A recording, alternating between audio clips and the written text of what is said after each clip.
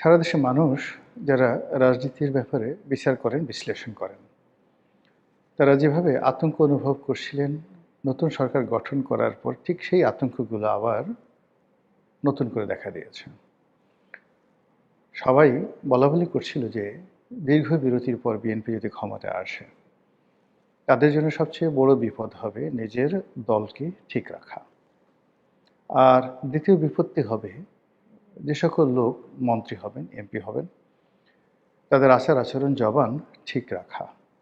আর তৃতীয় যেটি হবে সেটি হলো এই যে ক্ষমতাধর যারা লোকজন রয়েছেন, তাদের সঙ্গে জনাব তারেক রহমান সাহেবের চিন্তা চেতনা, মন মানসিকতা, এই সব কিছুর একটা সংযোগ ঘটানো। মানুষ যেভাবে আশঙ্কা করেছিল তার চেয়ে অনেক খারাপভাবে অনেক কিছু চলছে। আর মানুষ সরকারের অনেকগুলো বিষয়ে যেভাবে আশা করেছিল তার চাইতে ইতিবাচক দিকগুলো অনেক ভালোভাবে চলছে।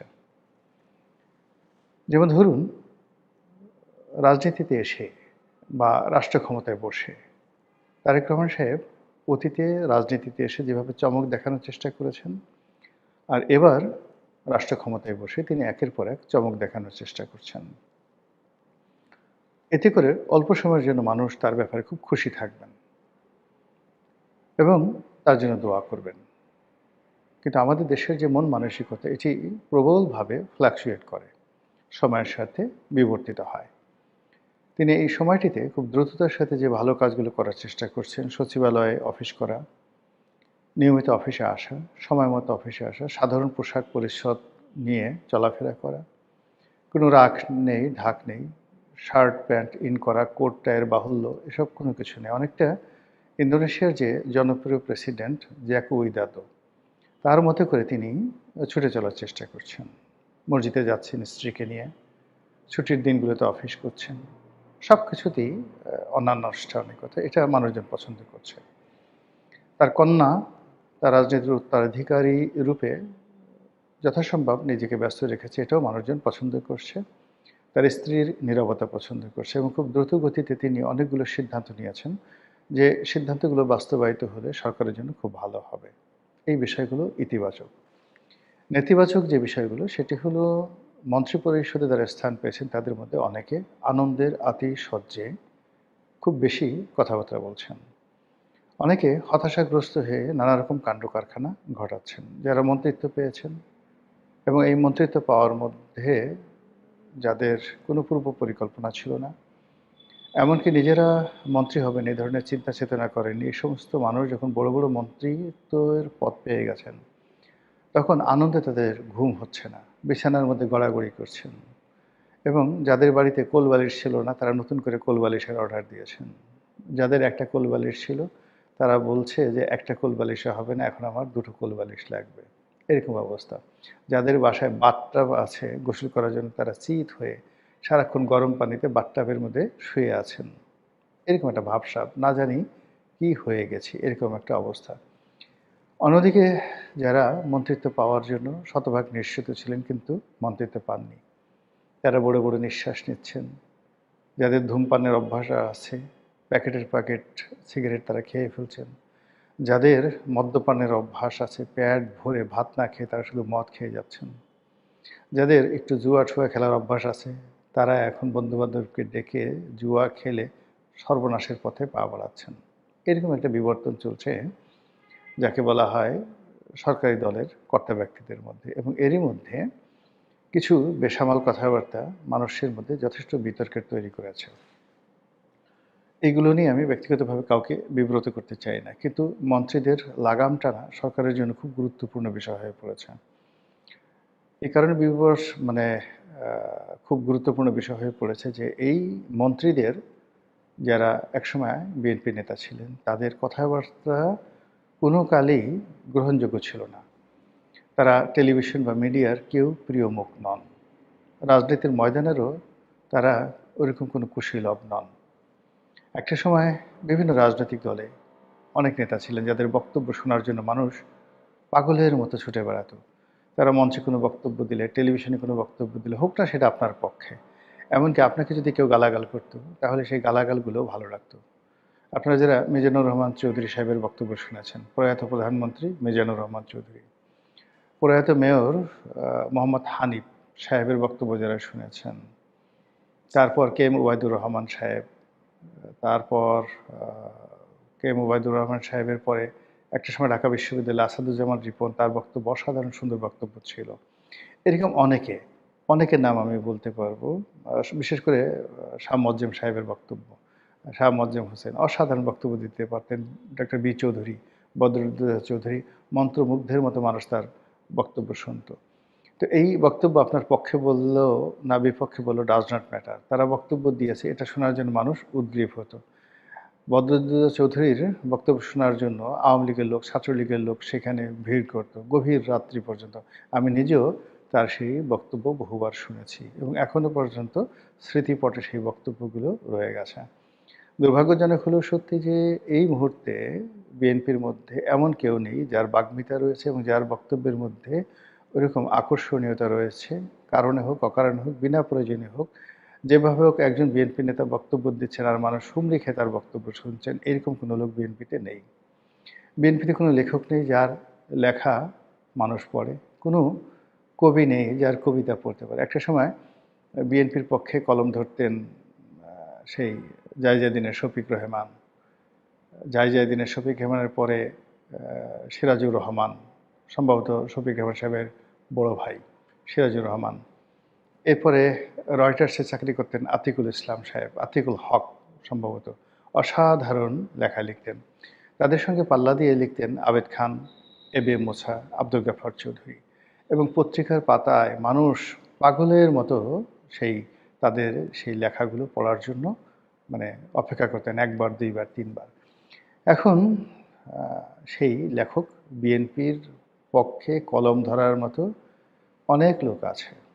সেই কলম দিয়ে সব অকথ্য বের হবে। অবশ্য মারুফ কামাল খান আছেন, একসময় বিএনপির যে প্রেস সচিব ছিলেন সম্ভবত বেগম খালেদা জিয়ার। তো তার লেখার হাত ভালো। তো তিনি আর আগের মতো লিখছেন না। এর বাইরে ওইরকমভাবে শফিক রেহমান সাহেব বয়স হয়ে গেছেন, তিনি এখন বিএনপির সাথে সম্পৃক্তও নন। তো কাজেই বিএনপিতে আকর্ষণ সৃষ্টি করার মতো মানুষ বক্তব্য দিয়ে বা লিখে মানুষকে মন্ত্রমুগ্ধের মতো টেনে আনার মতো মানুষ নেই। এর ফলে কী হলো, এখন যারা আছেন তারা যে বক্তব্যগুলো দিচ্ছেন এটা অনেকের মনে বিরক্তির সৃষ্টি করছে, বিএনপি সম্পর্কে বিরূপ ধারণা পোষণ করছে। আর যে সমস্ত মানুষ কথাবার্তা বলছেন তারা প্রায় বেহুশের মতো কথাবার্তা বলছেন, হুঁশ অবস্থায় কথাগুলো বলছেন না। সরকার প্রধানের উচিত তার যারা মন্ত্রী রয়েছেন তাদের বক্তব্যে লাগাম দেওয়া। আদারওয়াইজ সরকারের পতনের জন্য বা সরকারের যাকে বলা হয় দুঃসময়ের জন্য অন্য কারো সাহায্য সহযোগিতার দরকার হবে না। এই মন্ত্রীদের বছর মুবারক যথেষ্ট হয়ে যাবে। এতে গেল এক। দ্বিতীয়ত হলো যে চাঁদাবাজি গত 17 মাস যাবৎ চলছে।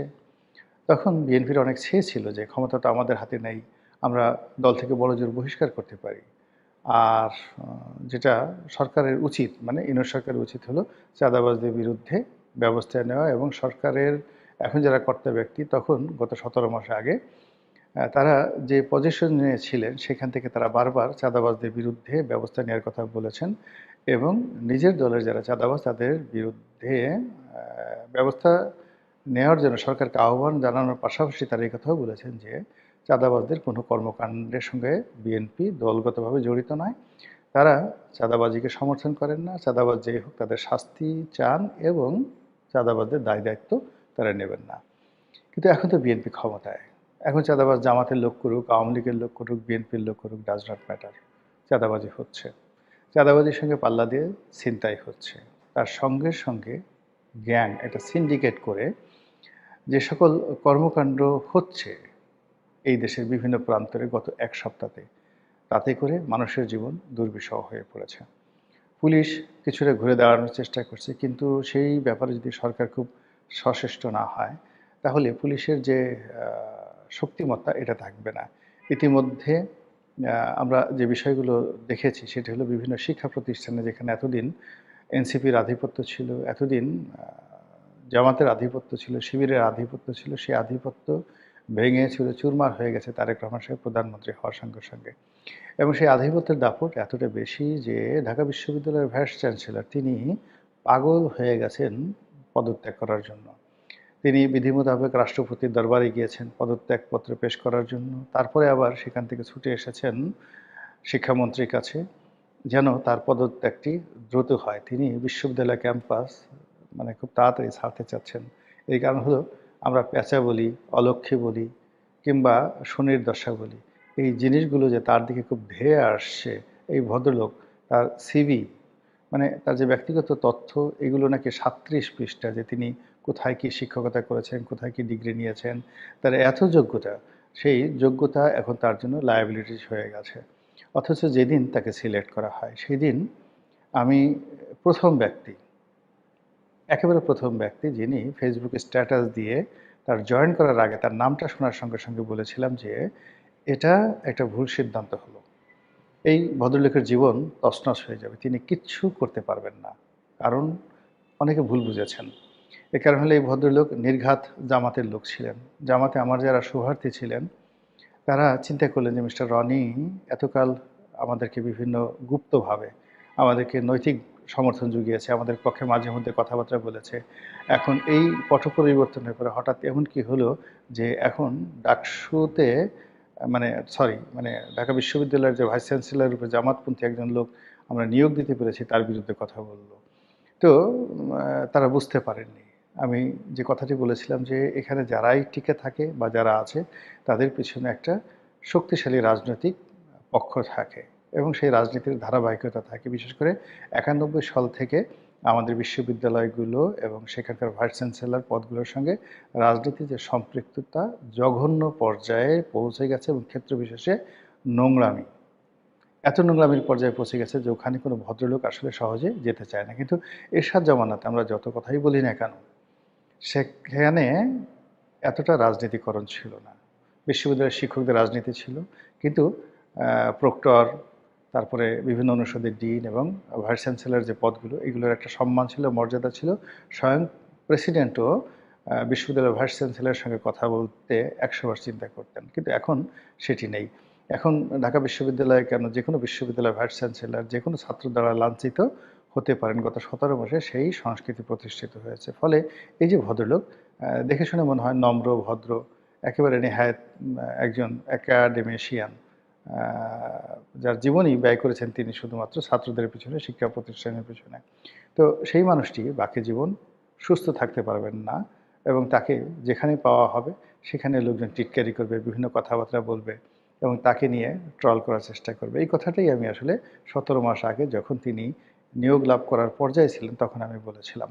তো এনিওয়ে এভাবে আরও অনেকগুলো কথা আমি বলেছিলাম ওই সময়টিতে যে এই দিন নয়, আরও দিন আছে। অন দ্য লং রানে বাংলাদেশের দুটো যে রাজনৈতিক দল, বিএনপি এবং আওয়ামী লীগ, এই দুটো রাজনৈতিক দলের যে বেজ, এই বেজটি আসলে এখন জামাত বলতে পারে যে আমরা অনেকগুলো সিট পেয়েছি, কিন্তু এই বেজটি জামাতের যারা নেতৃবৃন্দ রয়েছেন তার সাথে অনেক বড় বড় মানুষ বিভিন্নভাবে চেষ্টা করেছেন যে বাংলাদেশের মূল ফান্ডামেন্টাল যে রাজনীতি, সেই রাজনীতির বাইরে বিকল্প শক্তি দাঁড় করানোর জন্য। আপনারা জানেন যে আওয়ামী লীগের অন্যতম তাত্ত্বিক গুরু ছিলেন বদরুদ্দীন উমর সাহেবের বাবা আবুল হাশিম সাহেব। তিনি একটা দল করেছেন খেলাফতে রব্বানী। 1954 সেই নির্বাচনে বেশ কয়েকজন খেলাফতে রব্বানী থেকে সংসদ সদস্য হয়েছিলেন। সেই দল টিকে না। যদি অভিজ্ঞতার ভিত্তিতে বঙ্গবন্ধু যেখানে আবুল হাশিমের পায়ের কাছে বসে রাজনীতি শিখতেন, তো সেই আবুল হাশিম যখন রাজনীতি শুরু করলেন তিনি কিন্তু পারেননি। মাওলানা আব্দুল হামিদ খান ভাসানী, যার হাতে আওয়ামী লীগ সৃষ্টি, যার হাতে আওয়ামী যাকে বলে মুসলিম লীগ সৃষ্টি, যিনি মুসলিম লীগের এই যে বাংলাদেশ অবিভক্ত বাংলার মুসলিম লীগের খুব বড় নেতা ছিলেন। তো সেই তিনি যখন ন্যাপ করলেন তিনি কিন্তু সফল হতে পারেননি এবং তাকে ব্যর্থ হয়ে মারা যেতে হয়েছে। একটা সময় খুব অপমানিত হয়েছেন সেই শেরেবাংলা ফজলুল হক, যিনি একই সঙ্গে মুসলিম লীগের সভাপতি ছিলেন, একই সঙ্গে সেই সর্বভারতীয় কংগ্রেসের সভাপতি এবং সেক্রেটারি ছিলেন। তো এই মানুষটি কৃষক শ্রমিক প্রজা পার্টি করে রাষ্ট্র গঠন করেছিলেন, কিন্তু জীবনের শেষ প্রান্তে এসে স্বাধীন বাংলাদেশ এসে তার সেই কৃষক প্রজা শ্রমিক পার্টি টিকেনি, যেভাবে মুসলিম লীগও টিকেনি। এগুলোর অনেকগুলো ঐতিহাসিক কারণ রয়েছে। সেই ঐতিহাসিক কারণে এখন যে যুগটি চলছে সেই যুগটি হলো আওয়ামী লীগের যুগ, এই যুগটি বিএনপির যুগ এবং এই যুগে তারেক রহমান সাহেবের নেতৃত্ব এবং সজীব ওয়াজেদ জয়ের নেতৃত্ব এটাই বাস্তবতা। এটা মেনে নিয়ে তৃতীয় শক্তি, চতুর্থ শক্তি এইভাবে যদি ফ্রন্ট কেউ খুলতে চায় তাহলে রাজনীতি ভালো হবে। এর বাইরে একটা সুযোগ পেয়ে যদি কেউ মনে করে যে আমি বিশাল কিছু একটা হয়ে গেছি, আমি বাংলাদেশের প্রধানমন্ত্রী, নাহিদের মতো মানুষ বাংলাদেশের প্রধানমন্ত্রী হবে, আবার সেটা সেই সাবেক প্রেস সচিব শফিক বলতেছে। তো শফিক সাহেবের সেই বক্তব্য অনুযায়ী নাহিদ ইসলাম এনসিপির প্রধান, তিনি প্রধানমন্ত্রী হবেন। মানে এই কথাগুলো ওই সময়তে যারা শুনেছেন এবং যাদের রাজনৈতিক বোধ আছে, সারা শরীর তাদের মেজাজ চিল মানে মেজাজ গরম হয়ে গেছে, শরীরে তাদের চুলকানি ছিল। এখন দেখেন এই কয় মাসের মাথায় নাহিদের প্রধানমন্ত্রী অবস্থা দেখেন, আর এই যে শফিক তাকে প্রধানমন্ত্রী বানিয়ে দিয়েছেন, সেই শফিকের অবস্থা এখন দেখলেই বুঝতে পারবেন। তিনি এখন বিভিন্ন জায়গাতে সুদলিংপং, ধইনসা এইগুলো খুঁজে বেড়াচ্ছেন। কোথায় ধইনসা আছে, কোথায় সুদলিংপং আছে, এই সমস্ত বিষয় নিয়ে। মানুষের মানে মানে বর্জ্য, পেটের আবর্জনা যখন মাথায় উঠে, তখন মানুষের মধ্যে যে ধরনের বিকারগ্রস্ততা শুরু হয়, গত ১৭ মাসের অনেক ক্ষমতাধর লোকের মধ্যে আগামী দিনে সেই বিকারগ্রস্ততা দেখতে পাবেন। যেটা বলছিলাম যে এখন বর্তমান সরকারের যে প্রথম এবং প্রধান চ্যালেঞ্জ সেটা হলো চাঁদাবাজি বন্ধ করা। এবং সেই চাঁদাবাজি যদি বন্ধ করতে না পারেন, আইন শৃঙ্খলা এখন যে খারাপ আছে এইটা আরও খারাপ হয়ে যাবে। আর ওই যে মন্ত্রীদের যে বচনামৃত বললাম, সব মিলিয়ে আওয়ামী লীগের অবর্তমানে বিএনপির জন্য যে একটা সুযোগ আসছে, সেই সুযোগটি যেভাবে ম্যাজিক্যাল, আবার হঠাৎ যদি ম্যাজিক্যালি জাদুকরীভাবে এই সুযোগ তাদের হাতছাড়া হয়ে যায়, সবাই আশ্চর্য হলেও আমি অন্তত আশ্চর্য হব না।